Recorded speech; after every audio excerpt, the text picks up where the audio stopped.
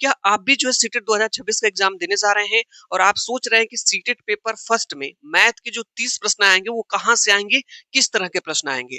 तो आज इस क्लास में हम आपको कराने जा रहे हैं मैथ के ऐसे प्रश्नों को जो आपके सीटेट 2026 एग्जाम में बिल्कुल इसी तरीके के प्रश्न आपके आने वाले हैं। मैं आपको बता दूं ये हमारी दूसरी क्लास है। हम लगातार आपको सीटेट का प्रीवियस ईयर पेपर करा रहे हैं। सबसे बेस्ट तरीका है अगर आप मैथ में 30 प्रश्न करना चाहते हैं पेपर फर्स्ट में तो लगातार इस तरह के प्रश्नों का अभ्यास जरूर करके जाइएगा और देखिएगा बिल्कुल इस तरह के प्रश्न आपको देखने को वहां पे एग्जाम में मिलेंगे। ये देखिए आज की क्लास का पहला प्रश्न है, शानदार प्रश्न आपके पास। यहाँ पे देखिएगा हम इससे पहले क्वेश्चन करा दिए थे। आज जो इसके आगे क्वेश्चन है उसको हम कराएंगे। बिल्कुल इसी पैटर्न पे आपको क्वेश्चन देखने को मिलेगा। यहाँ पे देखिए दिया है गुणनखंडों और गुणजों के बारे में निम्नलिखित में से कौन सा कथन सही है। यहाँ पे देखिए दिया है गुणनखंडों के बारे में और गुणजों के बारे में, इसमें से कौन सा कथन सही है। यहाँ पे 4 ऑप्शन आपके दिए गए हैं। तो सबसे पहले आपको ये समझना होगा कि गुणनखंड क्या होता है, गुणज क्या होता है, तभी तो सही कर पाएंगे प्रश्न को। चलिए पहले ऑप्शंस पढ़ लेते हैं। यहाँ पे दिया है 11 110 का गुणनखंड है, 48 3 का गुणज है, 11 110 का गुणज है, यहाँ पे 48 3 का एक गुणनखंड है। क्या ये प्रश्न आपको आ रहा है? इस तरह का प्रश्न आएगा तो कर लेंगे? बताइए आप लोग। नहीं तो कोई बात नहीं, मैं आपको बता दे रहा हूँ, कॉन्सेप्ट सीखिए। कॉन्सेप्ट सीखे रहेंगे हर प्रश्न लगा सकते हैं, प्रत्येक प्रश्न आप लगा सकते हैं। सबसे पहले आप एक चीज सीखेंगे हम लोग जो है इस क्लास में कि यहाँ पे जैसे दिया गया है गुणनखंड, तो गुणनखंड कैसे निकालते हैं। गुणनखंड आप जो है पहले इसका भाज्य गुणनखंड कर लिया करिए ऐसे। जैसे यहाँ दिया है 11 110 का गुणनखंड है, तो ये जो 110 है ना, ये कहा है 11 जो है ये 110 का गुणनखंड है। तो 100 का पहले आप अभाज्य गुणनखंड निकाल लीजिए ऐसे। किससे कैंसिल होगा? 2 से। कितना हो जाएगा? 50। फिर 2 से कैंसिल होगा तो 25। फिर 5 से कैंसिल हो जाएगा तो 5। फिर ये हो जाएगा 1। तो जब हम 100 का गुणनखंड किए तो 2 गुणे 2 गुणे 5 गुणे 5 आया। इतना आया। ठीक है, आया कि नहीं आया? हाँ सर आया। तो देखा जाए तो इसके गुणनखंड में, 100 के गुणनखंड में ये 11 नहीं आया। इस तरह से आपका ये नहीं होगा। आगे देख लेते हैं। यहाँ पे क्या है? 48 3 का गुणज है। अब गुणज कैसे निकालते हैं सर, बता दीजिए। ध्यान से देखिएगा। जब भी कहेगा, जैसे यहाँ कहा 3 का गुणज, इसका मतलब है जिस संख्या को कहेगा, जैसे इस संख्या को कहा है तो संख्या में 1 कामा 2 कामा 3 कामा डॉट डॉट डॉट का गुणा करते हैं तो हमें क्या मिलता है? गुणज मिलता है। यानी आपको समझना है, जैसे आपको चेक करना हो कि जैसे यहाँ कहा है 48 3 का गुणज है, तो गुणज कैसे निकालते हैं? जो संख्या दी रहती है उस संख्या में 1 2 3 4 का गुणा कर देते हैं। जब वो नंबर मिल जाता है यहाँ पे तो वो उसका गुणज कहलाता है। जैसे यहाँ पे 3 है तो 3 है तो 3 लिख लीजिए। का मतलब क्या होता है? गुणा। और गुणज का मतलब यहाँ पे 1 2 3 4 5 6 7 8 9 10 जो भी आपको रखना है। ठीक है, तो अगर आप यहाँ पे कौन सा ऐसा नंबर रख देंगे कि आपका यहाँ पे 48 आ जाए। 48 कहा है कि नहीं? यहाँ पे आपको 48 लाना है, तो आप कहेंगे सर यहाँ पे 16 रख देंगे तो हमारा 48 आ जाएगा। ये देखिए यहाँ पे हमने कहा ना डॉट डॉट डॉट आप रख सकते हैं। तो इसका मतलब ये है कि 48 3 का गुणज है। इसका मतलब गुणज निकालने का सिंपल सा तरीका है, संख्या में 1 2 3 4 चाहे डॉट डॉट आगे तक कहीं तक आप चले जाएं, गुणा करने पे अगर ये संख्या आ रही है तो ये इसका गुणज कहलाएगा। इसका मतलब ये वाला ऑप्शन आपका सही है। गुणज निकालने का तरीका आपने सीख लिया। यहाँ पे देखिए कह रहा है कि 11 110 का एक गुणज है। चलिए चेक करते हैं। यहाँ पे क्या है? 110 है, तो आप यहाँ पे 110 रख लेंगे। फिर का मतलब क्या होता है? गुणा करने। गुणा करने पे ये आना चाहिए, यानी यहाँ पे ये आना चाहिए। अब यहाँ पे कौन सी ऐसी संख्या का गुणा कर दें 110 में कि 11 आ जाए? कोई ऐसी संख्या आपको नहीं मिलेगी जिसमें आप जो है गुणा कर देंगे तो 11। पता चले 110 में पहले 1 का गुणा करेंगे तो 110 आ जाएगा, 2 का गुणा करेंगे 220 आ जाएगा, तो ऑलरेडी खुद कम है। इसका मतलब ये हमारा नहीं होगा। यहाँ पे देखिए दिया है 48 3 का एक गुणनखंड है। यहाँ पे ध्यान से आपको समझना है, कहा है 48 3 का एक गुणनखंड है, मतलब इसका आपको गुणनखंड करना पड़ेगा। तो 3 का अभाज्य गुणनखंड कर लीजिए। 3 एक कम 3 यहाँ पे हो जाएगा, यानी 3 का अभाज्य गुणन 3 होगा। इसका मतलब ये भी आपका नहीं सही है। ठीक है, तो आप समझ गए होंगे गुणज कैसे निकालते हैं। गुणज का ये तरीका है, संख्या में 1 2 3 4 अपने मन से डॉट डॉट डॉट जो भी आपको गुणा करना है कर लीजिएगा। अगर संख्या मिल जाएगी, संख्या मिल जाएगी गुणा करने पे। जैसे यहाँ पे 3 में 16 का गुणा करने पे 48 मिल गया है देखिए, तो इसका मतलब 48 3 का गुणज है। ठीक है, यहाँ पे देखिए नहीं मिला है, तो इसका मतलब यहाँ पे देखिए नहीं मिला है, इसलिए नहीं है। समझ गए होंगे? हाँ सर। इस तरह से इसका केवल ऑप्शन नंबर आपका बी सही हो जाएगा। बहुत माइन्यूट चीज है, ध्यान से समझ लीजिए कैसे गुणज और गुणनखंड निकालते हैं। ठीक है, बढ़िया है, शानदार सर। लीजिए, बहुत ही बेहतरीन प्रश्न है और इस तरह का प्रश्न आपके एग्जाम में आता है। ये देखिए आपके पास है और लिखने के लिए यहाँ पे दिया गया है। एक-एक प्रश्न का कांसेप्ट आपको सीखते चलना है। यहाँ पे दिया गया है कि संख्या, यहाँ पे देखिए 2 कितनी बार है? 2, 2 4, 2 6 बार है, को पढ़ा जाएगा। इसको पढ़ने की बात यहाँ पे कर रहा है, ठीक है? तो कैसे पढ़ेंगे यहाँ पे? तो यहाँ पे पहले लिख लेते हैं, कितनी बार है? 6 बार है। सर लिख लूँ? हाँ सर लिख लीजिए। फिर आप इसको पढ़ेंगे हम लोग, देखिए ये इकाई, दहाई, सैकड़ा, हज़ार, देखिए इकाई, दहाई, सैकड़ा, हजार, 10,000, ये लाख, ये किस प्लेस पे है? लाख प्लेस पे है, ठीक है? यानी वंस, टेंस, 100, 1000, 10,000, लाख, यानी 2 लाख्स पढ़ेंगे इसको। तो कहीं पे 2 लाख्स दिया है, यहाँ पे देखिए दिया है 22,000, तो ये ऑप्शन आपका नहीं होगा। यहाँ पे दिया है 22 लाख, ये नहीं होगा ऑप्शन आपका। यहाँ पे देखिए दिया है 2 लाख, इसका मतलब यहाँ पे 2 लाख ही ये था, इसका मतलब ये आपका सही हो जाएगा। ठीक है, यहाँ पे देखिए 22 लाख दिया है, तो ये भी आपका नहीं होगा। तो इस तरह से स्मार्टली आपको आंसर सेलेक्ट कर लेने हैं और मैं आपको बता दूं बिल्कुल इसी तरीके के प्रश्न आपके एग्जाम में आपको देखने को मिलेंगे। बहुत ही बेहतरीन कंटेंट करा रहा हूं, लगातार आपको प्रीवियस ईयर पेपर ला रहा हूं और आपको समझाने का मैं प्रयास कर रहा हूं मेरे भाई। आप इस तरह के प्रश्नों का अभ्यास करिए, हल्के प्रश्नों से बचिए अभी, क्योंकि उस दिन इस तरह के प्रश्न आपको देखने को मिलेंगे। हाँ सर, ये लीजिए, देखिए इस तरह का भी प्रश्न आपके एग्जाम में आता है, तो आप कैसे करेंगे इस प्रश्न को? क्या इस तरह का प्रश्न आएगा तो आप कर लेंगे? देखिए पूछा यहाँ पे है 65,376 यानी 65,376, 91,091 और 35,50 के योग में क्या जोड़ा जाए कि परिणामी संख्या इतना प्राप्त हो जाए। तो देखिए जब भी इस तरह का प्रश्न आए तो कैसे आप लगाएंगे? जैसे मैं आपसे एक प्रश्न पूछूं, इसके जगह और कोई डाटा दे दे रहा हूं। मैंने कह दिया यहाँ पे 2, 3 और ये मैंने कह दिया यहाँ पे 5। 2, 3, 5 के योग में क्या जोड़ा जाए कि हमारा यहाँ पे 12 प्राप्त हो जाए। बस हमने अंक बदला है। तो आप कहेंगे सर कितना बता रहे हैं आप लोग आंसर? कितना बता रहे हैं? कैसे लगाएंगे? जैसे मैं पूछूं 2, 3, 5 के योग में क्या जोड़ा जाए कि 12 प्राप्त हो जाए। तो आप कहेंगे सर 3, 2, 5 और 5, 10, 10, 12। सर 2 जोड़ देंगे ना सर, 3, 2, 5 सर, 5, 5, 10, 10 में अगर 2 जोड़ देंगे ना सर 12 प्राप्त हो जाएगा। ये कैसे आया है? तो आप ऐसे आएगा, ये देखिए 2 है प्लस 3 आपने किया फिर प्लस 5 किया, मतलब इसको और इसको आपने आपस में क्या किया? प्लस किया, मतलब बीच में जोड़ दिया। ठीक है, और उसके बाद 12 में से आपने क्या कर दिया है? घटा दिया है। घटाया है कि नहीं? तो वही काम करना है, इन तीनों को आपस में जोड़ लेना है और उसके बाद इसमें से इसको घटा देना है। जैसे आपने 2, 3 और 5 को जोड़ा है, 3 दो 5, 5 10 हो गया।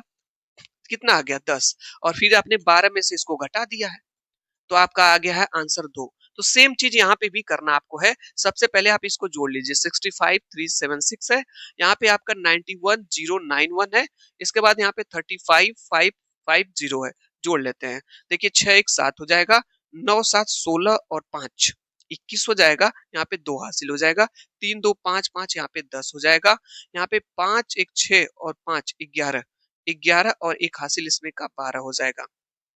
फिर यहाँ पे एक हासिल कैरी हो जाएगा, 6 एक 7 और 9 7 16 और 3 19 हो जाएगा। ये जितना आया है उसको इसमें से घटा लेंगे। ठीक है, कैसे घटाएंगे? यहाँ पे माइनस कर लेते हैं। यहाँ पे हम लोग 24 है, यहाँ पे हमारा है 96 है, 37 है, में से कितना माइनस करना है? 19, 20, यहाँ पे 17 माइनस करना है। जीरो आ जाएगा, 3 में से एक जाएगा 2, 6 आ जाएगा, 9 में से 2 जाएगा 7, यहाँ पे 14 में से 5 जाए 9 जाएगा 5, यहाँ 1 बच जाएगा यानी जीरो, यानी 57,620 आंसर आ जाएगा। ठीक है, तो ये वाला ऑप्शन आपका देखिए सही हो जाएगा। कुछ भी नहीं प्रश्न है, जब भी इस तरह का प्रश्न आए तो इन तीनों को आप जोड़ लीजिए, जोड़ने के बाद इसमें से घटा लेंगे, आपका आंसर आ जाएगा। ठीक है, लग जाएगा इस तरह का प्रश्न? हाँ सर लग जाएगा, लगा लीजिएगा आप लोग। ये लीजिए, मैं बता दूं बहुत ही ज्यादा इंपॉर्टेंट एक प्रश्न तो अभी नोट कर लीजिए। इस वाले कॉन्सेप्ट से पूछा जाता है कि सबसे बड़ी और सबसे छोटी भिन्न है। मायने इस प्रश्न की बात नहीं है, मैं आपको बताऊंगा कैसे लगाएंगे। जब आपसे एग्जाम में पूछ लिया जाएगा सबसे बड़ी भिन्न कौन सी है, सबसे छोटी भिन्न कौन सी है, उसका कॉन्सेप्ट आप सीखिए, उसकी अवधारणा आप सीखिए। ठीक है, देखिए, तो जब भी आपसे प्रश्न में पूछे कि सबसे बड़ी भिन्न कौन सी है, सबसे छोटी भिन्न की बात करे, तो सब एक ही काम है, आप भाग दे लीजिएगा। जैसे यहाँ पे दिया है 1/2 यहाँ पे 1/3, 4/5, 5/6 और 3/4 में कह रहा है कौन से भिन्न इसमें से बड़ी है और कौन सी भिन्न इसमें से सबसे छोटी है। तो आप एक एक भिन्न को उठाइएगा, दशमलव के रूप में भाग दे लीजिएगा। जैसे यहाँ पे 1/2 है, हम एक में यहाँ पे 2 का भाग दे लेंगे। तो जब भाग नहीं जाती है तो दशमलव बढ़ा लेते हैं, यहाँ पे 0 अपने मन से तब बढ़ा लेते हैं। ठीक है, जैसे ही दशमलव बढ़ा यहाँ पे 0, 2 5 है, यहाँ पे हमारा 10 हो जाएगा, कट जाएगा।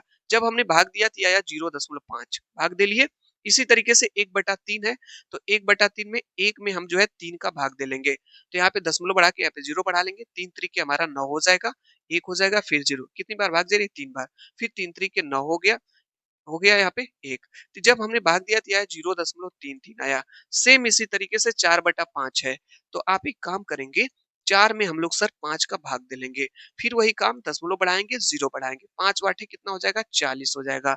ये कैंसिल हो गया, हमारा यहाँ पे आ गया 0.8 आ गया। सेम यही प्रोसेस इसके साथ करेंगे, 5/6 के साथ, यानी 5 में जो है हम 6 का भाग देंगे, नहीं भाग जाएगी, दशमलव बढ़ा के 0 बढ़ाएंगे, 6 वाटे 48 हो जाएगा, 6 8 जा 48, यहाँ पे आपका 2 बचेगा, 0 फिर बढ़ा लेंगे क्योंकि दशमलव बढ़ाए, 6 3 जा 18 हो जाएगा, यहाँ पे हो जाएगा 2, यहाँ पे हो जाएगा 0.83 हो जाएगा। सेम यही चीज 3/4 के साथ हम करेंगे, 3/4 बराबर हो जाएगा, 3 में भाग देंगे यहाँ पे 4 का, दशमलव 0 4 7 28, यहाँ पे 2, यहाँ पे हो जाएगा, फिर 4 5 20 हो जाएगा, तो यानी 0.75 है। आप कहेंगे सर इतना टाइम क्यों लग रहा है? टाइम आपको नहीं लगेगा, मैं आपको बता दूं, ट्रिक उरिक के चक्कर में पड़ेंगे तो पक्का गलत कर देंगे इसको। सबसे अच्छा तरीका होता है भाग दे लीजिएगा, एक स्थान तक या मिनिमम 2 स्थान तक अपने मन से भाग दे लीजिएगा। अब मुझको ये बताइए, इसमें से यहाँ पे सबसे बड़ा वाला दशमलव कौन है? यहाँ पे देखिए 0.5, 0.33, 0.8, ये 0.83, 0.75, तो सबसे बड़ा यही है, तो सबसे बड़ी भिन्न ये आपकी यही हो जाएगी। तो सबसे बड़ी भिन्न हमारी कौन सी हो जाएगी? सबसे बड़ी भिन्न आपकी ये वाली आपकी हो जाएगी। तो यहाँ पे देखिए 5/6 सबसे बड़ी की पहले बात किया था, 5/6 किस ऑप्शन में है?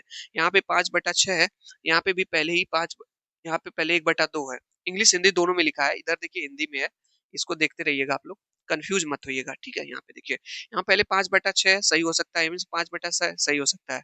इसमें क्या है यहाँ पे, ये पहले 1/2 है, ठीक है? तो 1/2 नहीं होगा, पहले 1/2 है, ये भी नहीं होगा, इन्हीं दोनों ऑप्शंस में से कोई होगा। अब सबसे छोटी भिन्न आपको देखनी है, तो जो सबसे कम कौन है? ये देखिए 0.33 सबसे कम है, इसका मतलब 1/3 सबसे छोटी होगी। तो यहाँ पे देखिए 5/6 सबसे बड़ी और 1/3 सबसे छोटी, ये वाला ऑप्शन आपका सही हो जाएगा। तो जब भी इस तरह का प्रश्न आए तो दशमलव लेकर के आप लगाइएगा, आपका प्रश्न सही हो जाएगा। ये प्रश्न मैं आपको बता दूं, एक प्रश्न आपके एग्जाम में आएगा 30 में से, ये वाला। चलिए अगले प्रश्न पे चलते हैं। ये लीजिए, ये प्रश्न आता है तो अच्छे अच्छे लोग इस प्रश्न को नहीं लगा पाते हैं। इसका रीजन क्या है भाई, मैं आपको बता दे रहा हूँ। देखिए प्रश्न ही नहीं समझ पाते हैं। मैं आपको बता दूं, इस तरह का प्रश्न आएगा तो आप मत छोड़िएगा इसको। क्यों नहीं? क्योंकि मैं इसका एक ऐसा तरीका बताने जा रहा हूँ जो कि आप लगा लेंगे। आज के बाद इस तरह का प्रश्न आएगा, छोड़ेंगे ही नहीं। देखिए सर कैसे बताएं थोड़ा सा सर? हम बता रहे हैं, यहाँ पे देखिए कह रहा है 1 सेंटीमीटर और 1 सेंटीमीटर वाले 36 छोटे वर्गों को कुल कितने प्रकार से विभाजित व्यवस्थित किया जा सकता है कि परिणामी क्षेत्रफल इतना हो जाएगा। जब भी प्रश्न में कहे 1 × 1 सेंटीमीटर वाले 36 छोटे वर्गों को कुल कितने प्रकार से व्यवस्थित किया जाए कि इसका परिणामी क्षेत्रफल 36 सेंटीमीटर स्क्वायर हो, यही प्रश्न एक बार एग्जाम में और आया, बस इसका नंबर बदल दिया। क्या बदलता है जानते हैं? बस यही बदल देगा, जो यहाँ देगा वो यहीं पे देगा। प्रश्न कहेगा कि 1 सेंटीमीटर इंटू 1 सेंटीमीटर वाले 48, यहाँ पे दे देगा 48 छोटे वर्गों को कुल कितने प्रकार से व्यवस्थित किया जा सकता है कि परिणामिक क्षेत्रफल यहाँ पे 48 सेंटीमीटर स्क्वायर हो जाए।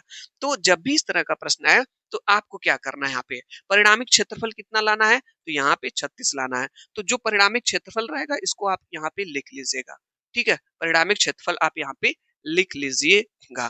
फिर आप ऑप्शन चेक कर लीजिएगा, जैसे 1 यहाँ पे दिया, यहाँ पे 4 दिया है, यहाँ पे 5 है, यहाँ पे 6 है। तो आप यहाँ पे पहले अपने मन से 1 लिख लीजिएगा, 2 3 4 5 6, ऑप्शन में अगर 6 है मैक्सिमम तो 6 तक लिख लीजिएगा, ठीक है? और आप 6 लिख कर लीजिएगा। अब हर हाल में जैसे क्षेत्रफल का मतलब है कि इसमें यहाँ पे इंटू अपने मन से लगा लीजिएगा, इंटू, ठीक है? क्यों? क्षेत्रफल कैसे आता है? क्षेत्रफल लंबाई गुणे चौड़ाई से ही आता है। अगर आयत मान लिया जाए, अगर कोई चीज आयत है तो उसका जो क्षेत्रफल होता है लंबाई गुणे चौड़ाई से ही आता है। किसी भी चीज का क्षेत्रफल निकालना हो तो ये लंबाई गुणे चौड़ाई करके ही 36 आएगा। इसका मतलब आप यहाँ पे 1 रख लीजिएगा। अब यहाँ पे अपने मन से ऐसा क्या डिजिट रखेंगे कि गुणा करने पे आपका 36 आ जाए? तो कहेंगे सर यहाँ पे हम जो है कि 36 रख लेंगे तो गुणा करने पे 36 आ जाएगा। फिर हमें यहाँ पे भी 36 लाना है। तो ऐसा हम यहाँ पे क्या रखें कि हमारा 36 आ जाए? तो इसमें भाग दे दीजिए, 2 एक कम 2, 2 8 16, 18 दूना 36 होता है सर। यहाँ पे बताइए क्या रखेंगे? सर कहेंगे 3 एक कम 3, 3 दूना 6, 3 एक कम 3, 3 दूना 6, 12 तिहाई 36 हो जाएगा। फिर यहाँ पे भी आपको 36 लाना है, तो कितने का गुणा कर देंगे? तो 36 आ जाएगा। तो कहेंगे 4 नवा 36, 9 का गुणा कर दीजिए सर। आप सर ये सब क्यों कर रहे हैं हम आपको बता रहे हैं। अब यहाँ पे भी आपको 36 लाना है। मान लीजिए आप यहाँ पे क्या गुणा करेंगे कि आपका 36 आ जाएगा। तो आप कहेंगे सर 5 में तो कोई ऐसा मिल ही नहीं रहा है कि जिसका गुणा करें 36 आ जाए। दशमलव में तो आना नहीं है, दशमलव नहीं ले जाना है। तो यहाँ पे कुछ भी नहीं आपको मिलेगा। यहाँ पे 6 है, 6 में कितने का गुणा कर देंगे कि आपका 36 आ जाएगा। तो इसका मतलब सर 6 का गुणा कर देंगे। ठीक है। तो क्षेत्रफल जो हमें लाना था 36 सेंटीमीटर स्क्वायर, ये कितने तरीके से आ गया हमारा? देखिए ये पहला तरीका आपके पास है यहाँ पे, एक तरीके से, दो तरीके से, तीन तरीके से, चार तरीके से, यहाँ पे पांच तरीके से। ये आपका तरीका नहीं है क्योंकि पांच में किसी भी संख्या गुणा करेंगे 36 नहीं आया। इस प्रश्न को बहुत ही फास्ट और तेजी से इस तरह से आप लगा लेंगे। जैसे यहाँ पे मान लीजिए आपको 48 दे देगा, तो इधर आप 48 रख लीजिएगा, इधर आप 1 2 3 4 5 6 7 8 तक दिया रहेगा, हो सकता है तो 8 तक रख लीजिएगा। फिर उसके बाद गुणा कर करके चेक करिएगा। अगर गुणा करने पे ये चीजें आ रही है, दशमलव में नहीं, जैसे 5 में अगर आप 36 से किसी संख्या में गुणा करना है, यहाँ पे कौन से संख्या गुणा करेंगे कि 36 आ जाए, तो आप कहेंगे सर दशमलव में कोई संख्या होगी तब गुणा करेंगे तब आएगा, नहीं। तो ये आपका 5 यहाँ पे हो जाएगा, देखिए 4 यहाँ पे और ये पांचवा, 5 इसका सही आंसर आपका हो जाएगा। इस तरह से इस प्रश्न को आप लगा लीजिएगा। ठीक है। चलिए ये रहा आपके पास अगला प्रश्न। और देखिए एक प्रश्न आपका रीजनिंग का भी आ जाता है। ठीक है। तो रीजनिंग का भी प्रश्न देख करके घबराना नहीं है, मैं आपको बता दूं, आपको एक से लेकर के कम से कम 20 तक का स्क्वायर वर्ग याद कर लेना है, और एक से लेकर के 15 या 20 तक का आप जो है घन याद कर लीजिए, क्यूब याद कर लीजिए। इस प्रश्न को आप लगा लेंगे।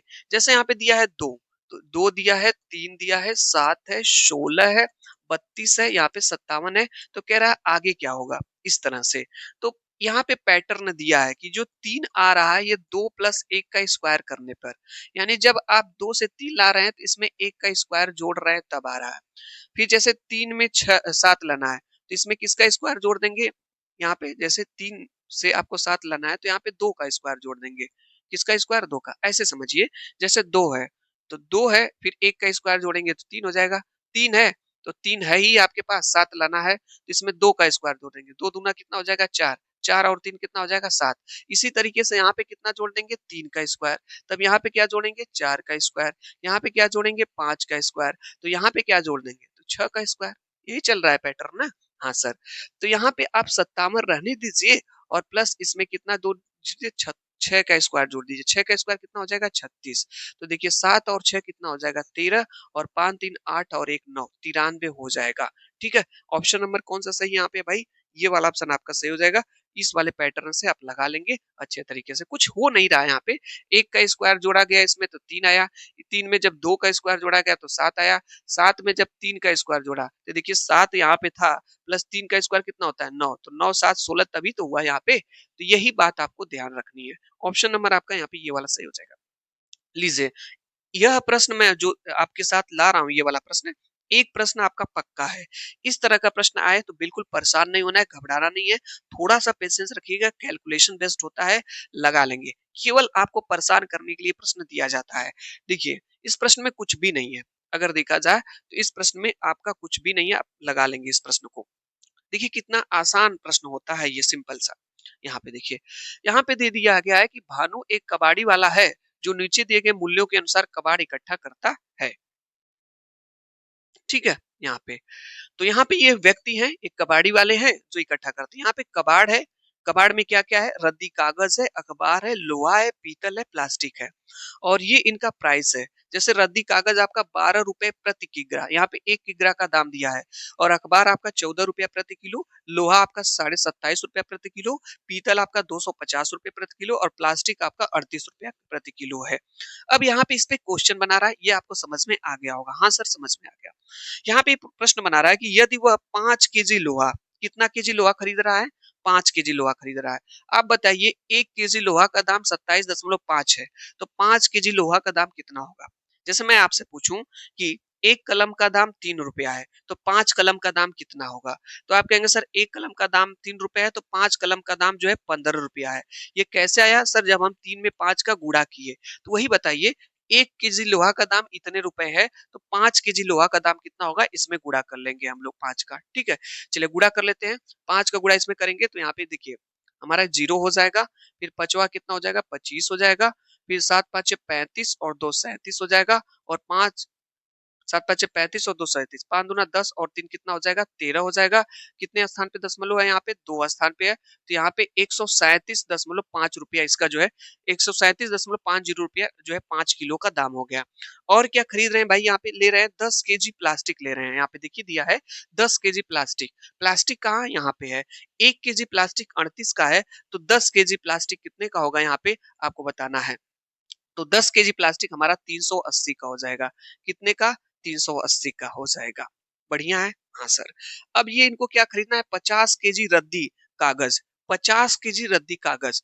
1 केजी रद्दी कागज का दाम 12 रुपए है। तो 50 केजी का तो गुणा कर लीजिए सर।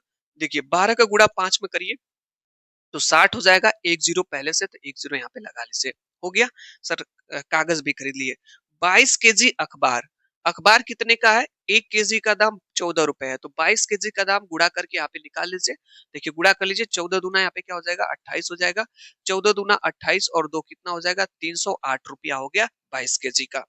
यहाँ पे कह रहे हैं 2 केजी पीतल इकट्ठा करते हैं।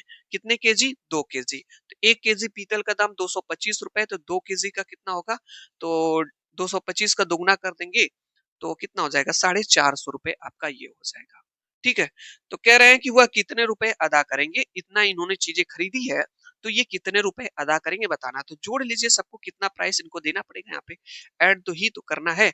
यहाँ पे देखिए आपका यहाँ पे 0 है तो 0 कर लीजिए, 5 है तो 5 कर लीजिए, दशमलव दशमलव। अब सबको जोड़िए। देखिए यहाँ पे 0 8 और ये 7, 8 7 15, 15 को 5 लिख लेंगे। ठीक है।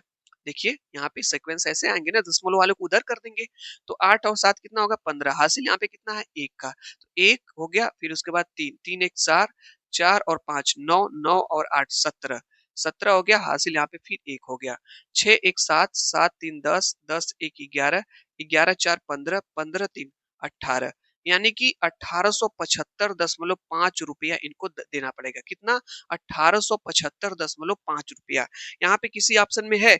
देखिए इस वाले ऑप्शन में है आपका 1875.5 रुपया है। देखिए प्रश्न कठिन नहीं होता है, व्यवहारिक पूछा जाता है।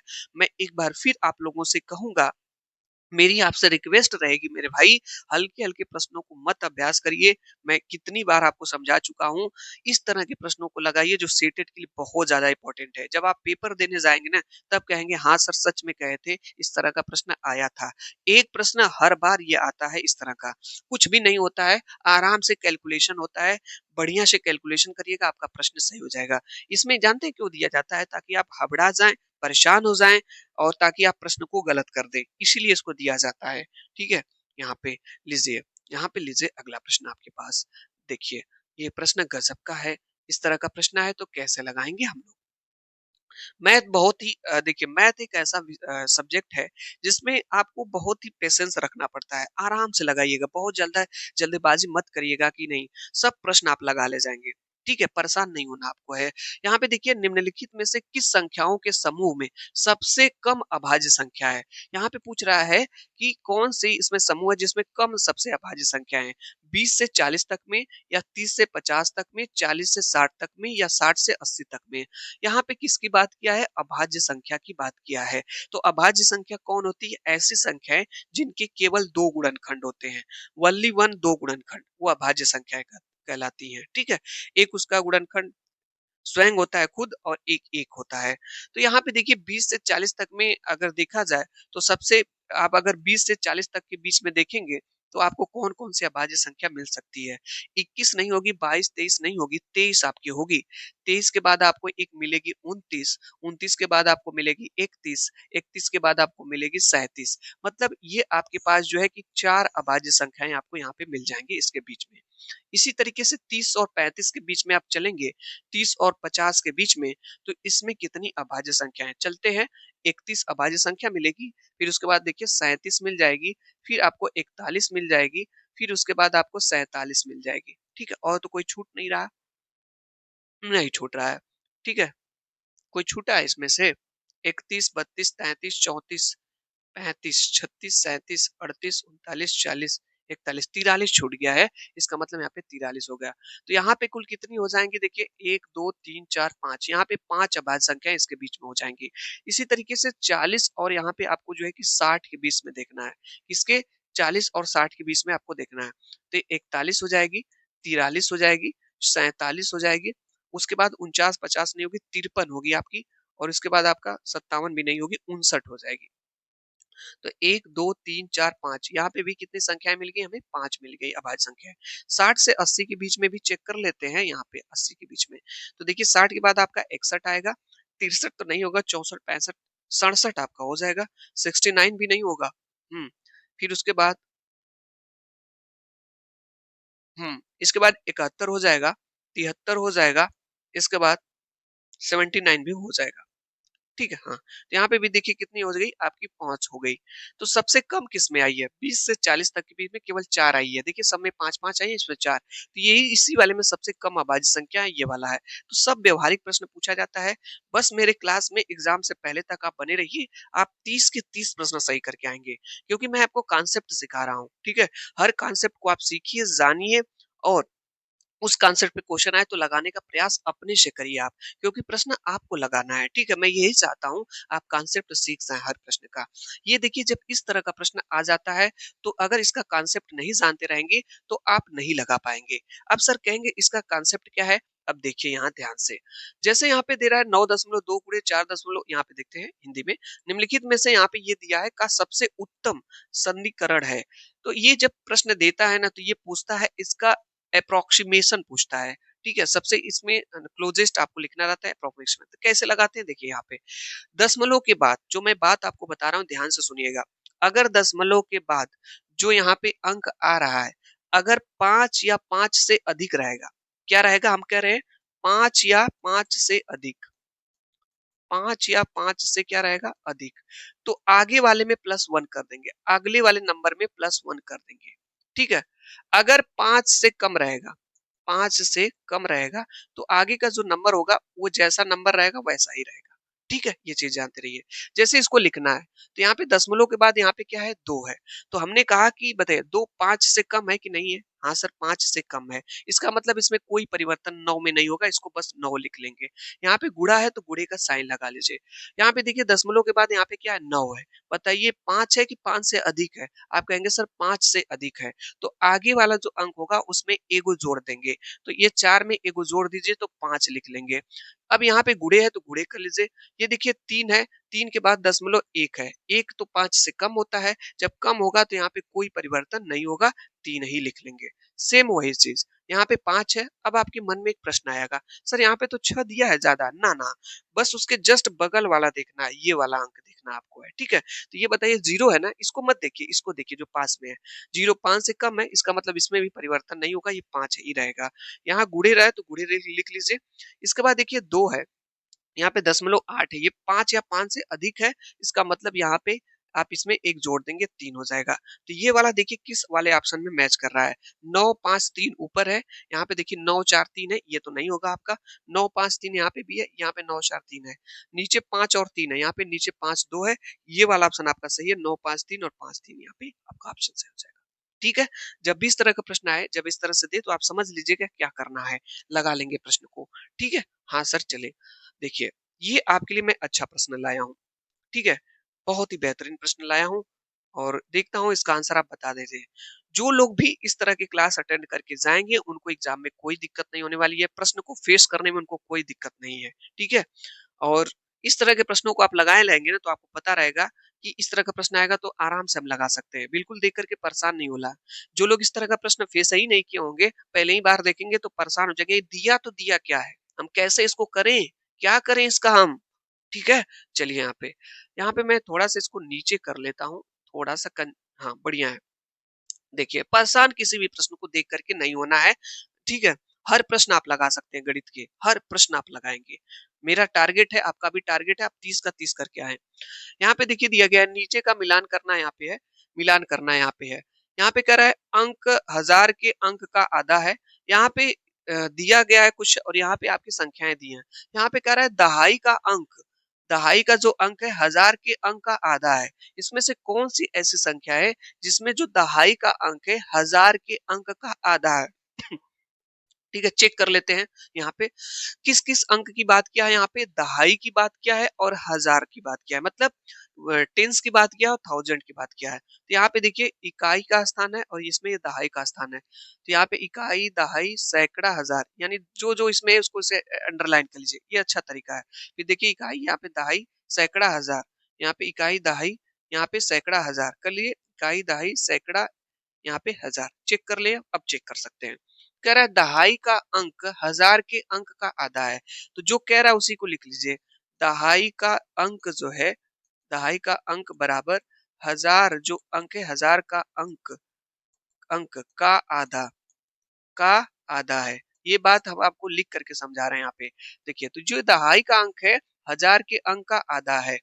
ठीक है, तो का मतलब यहाँ पे क्या होता है गुणा, आधा का मतलब 1/2, और यहाँ पे जो थाउजेंड प्लेस पे उसी की वैल्यू को आप रख लीजिएगा। तो यहाँ पे देखते हैं हम लोग जो है कि पहले वाले अंक में यहाँ पे 2 है, यहाँ पे भी 4 है।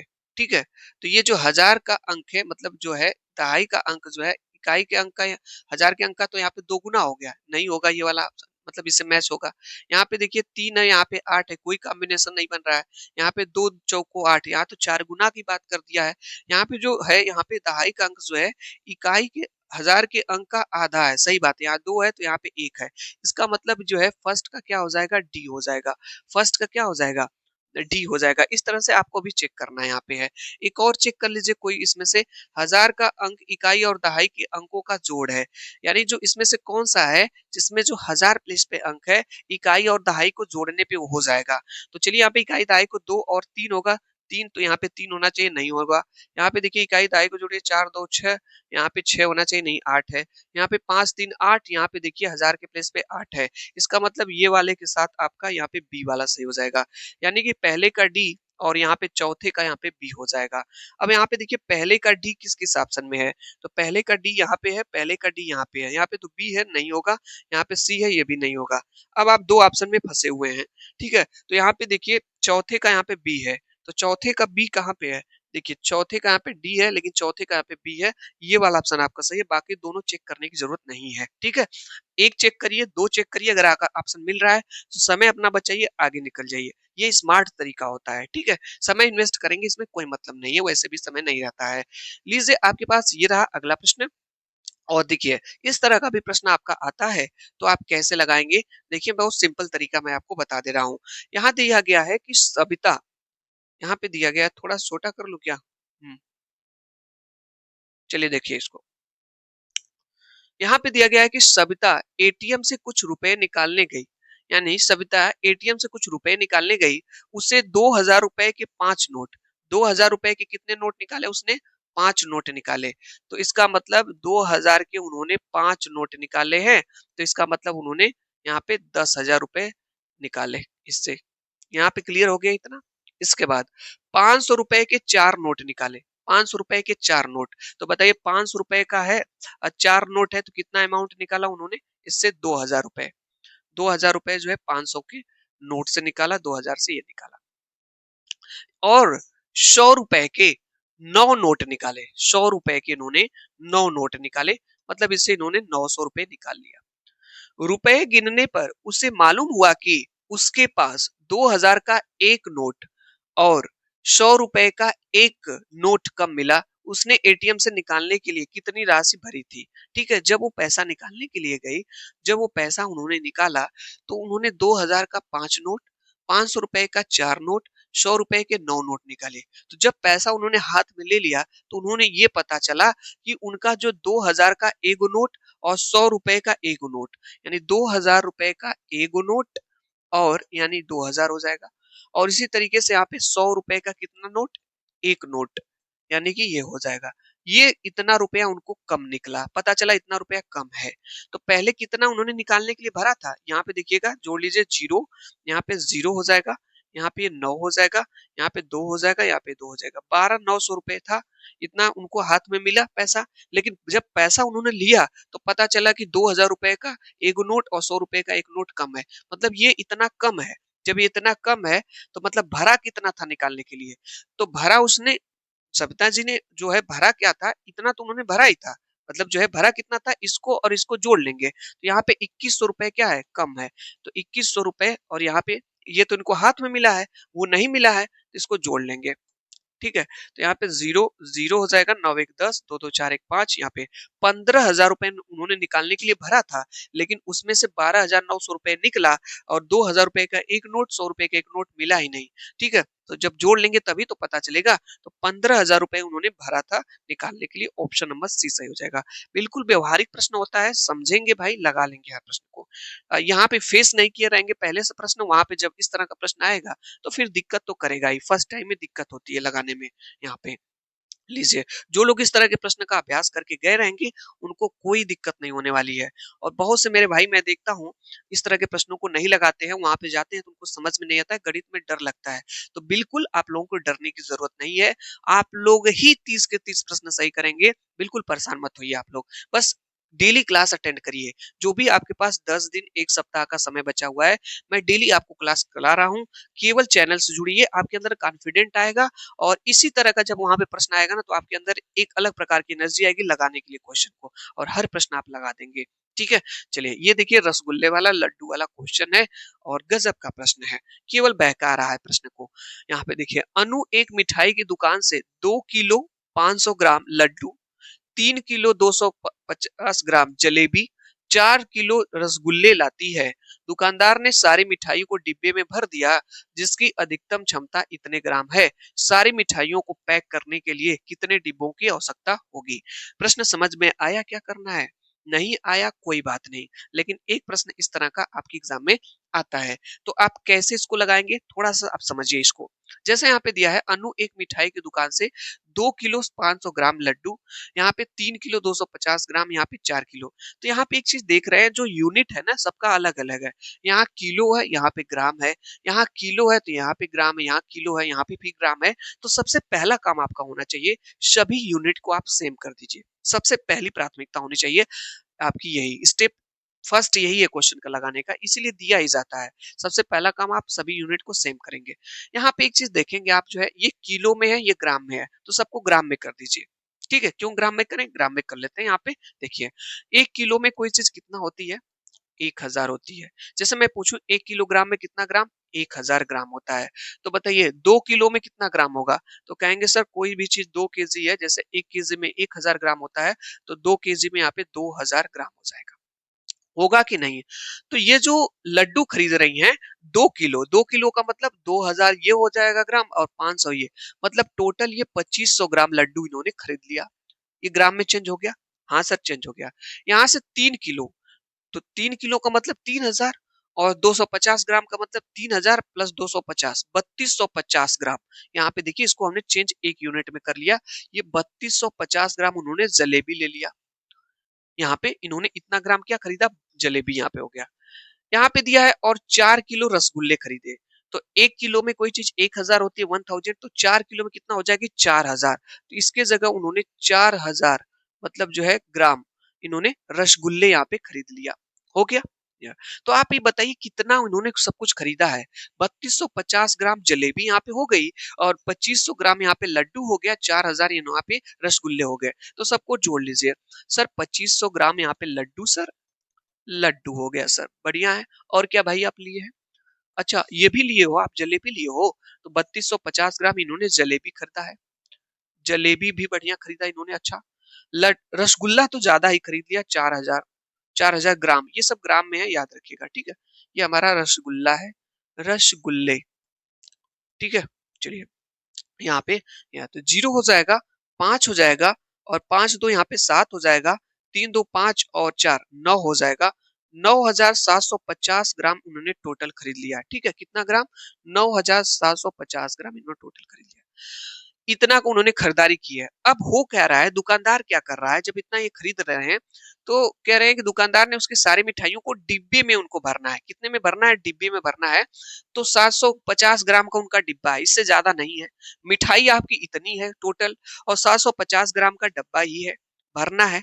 तो कितने डब्बे लगेंगे? तो जब भी प्रश्न में बात करें कितने का, यहाँ पे देखिए बात क्या है, कितने डिब्बे, तो मैं आपको बता दूं भाग देना होता है। जैसे मैं आपसे कह दूं 4 केजी चीनी है, 4 केजी चीनी है और 2 केजी के डिब्बे हैं, 2 केजी के डिब्बे हैं, तो कितने डिब्बे लगेंगे? तो आप कहेंगे सर 2 डिब्बे में भर जाएंगे 4 केजी चीनी, 2-2 केजी के हैं तो। कैसे आया? जब आपने 4 में 2 का भाग दिया। उसी तरीके से अगर ये इतनी मिठाई है, तो इतनी मिठाई का इतने ग्राम वाला उनकी क्षमता है, कैपेसिटी है उनके डिब्बे की, तो कितने डिब्बे आएंगे? तो भाग दे देंगे। जब भी कितने का प्रश्न आता है, 0 से 0 कट जाएगा, 5 से कैंसिल कर लेता हूँ। देखिए 5 एकम 5 हो जाएगा, 2 हो जाएगा यहाँ पे। हाँ सर 2 हो जाएगा, 5वाँ 25। यहाँ पे 5 एकम 5 हो जाएगा, 4 बचेगा यहाँ पे, ठीक है। यहाँ पे 5 नवा 45 हो जाएगा, फिर 5वाँ 25 हो जाएगा, ठीक है। अब किसी से कैंसिल होगा? हाँ सर 5 से कर ली, 5 तिये 15, फिर यहाँ पे हो जाएगा 5 तिये 15 हो जाएगा और 4 बचेगा, 5 नवा 45, फिर 3 एकम 3, यहाँ पे 3 एकम 3 13, 13 डिब्बे चाहिए। कितने डिब्बे चाहिए भाई? 13 डिब्बे चाहिए। कहीं गलत तो नहीं हुआ है कैलकुलेशन? नहीं, हाँ सही है, 13 डिब्बे लगने चाहिए। 13 डिब्बे लगेंगे भाई, उन 13 डिब्बों में पूरा जो है पैक हो जाएगा आपका, ठीक है। चलिए आगे चलते हैं, ये आपके पास अगला प्रश्न। तो आज के जो मैं प्रश्न करा रहा हूँ ना, जितने भी प्रश्न मैं करा रहा हूँ आपको क्लास में ना, सब बहुत ज्यादा इंपॉर्टेंट है। और इन सभी प्रश्नों को मत देखिए कि सर बहुत ज्यादा समय ले रहे हैं प्रश्न को कराने में। आप कॉन्सेप्ट सीखिए मेरे भाई, सीखे रहेंगे तुरंत फटाक से वहां पे क्वेश्चन आएगा, लगा देंगे, ठीक है। नहीं तो इस तरह का प्रश्न आएगा तो फिर दिक्कत करेगा आपको। तो मेरी आपसे रिक्वेस्ट है, इस तरह के प्रश्नों का आप जरूर अभ्यास करिए। क्लास देखने के लिए आप लोगों का बहुत बहुत धन्यवाद। अगर हमारे इस चैनल से नहीं जुड़े हैं तो विमलेश कोचिंग क्लासेस चैनल को सब्सक्राइब करके चैनल से जुड़ जाइए। और क्लास का शेड्यूल हम जारी किए हैं, और ये क्लास आपको मैथ की जरूर आपको मिलती है। आप जा करके प्लेलिस्ट इस नाम से देख लीजिए। अगर जैसे आपको चाहते हैं कि सर हम सारी क्लास देखना चाहते हैं मैथ की, तो ये अब हमारा ये दूसरी क्लास थी इससे पहले। तो विमलेश कोचिंग क्लासेस चैनल है, ये वाला चैनल हमारा है। इसमें आप जाएंगे, सब्सक्राइब करके आप जो है इस चैनल से आप जुड़ जाइए। उसके बाद प्लेलिस्ट वाले कॉलम में जाएंगे तो यहाँ पे लिखा हुआ मिलेगा CTET 2026 paper first. Paper first math के नाम से प्लेलिस्ट है, वहां पे लिखा रहेगा पेपर फर्स्ट। ये पेपर फर्स्ट के लिए स्पेशली क्लास है, ठीक है। तो मैथ के नाम से प्लेलिस्ट है, आप जाकर के वहां पे सारी क्लास प्रॉपर तरीके से देख सकते हैं। अगर एक हफ्ते तक भी क्लास देखते हैं कंप्लीटली, 8 दिन 8-10 दिन तक भी जो भी बचा हुआ है, आप सब के सब क्वेश्चन आप कर सकते हैं। क्लास देखने के लिए आप लोगों का बहुत बहुत धन्यवाद, थैंक यू सो मच। लेकिन मैं आपको एक बार फिर बताना चाहूंगा, अगर नहीं है तो आप पेपर उठा करके सीटेट का देखिए, क्या इस तरह के प्रश्न नहीं आए हैं? वही मैं प्रश्न करा रहा हूँ, इससे बढ़िया आपके लिए कुछ भी नहीं हो सकता है। क्लास देखने के लिए आप लोगों का बहुत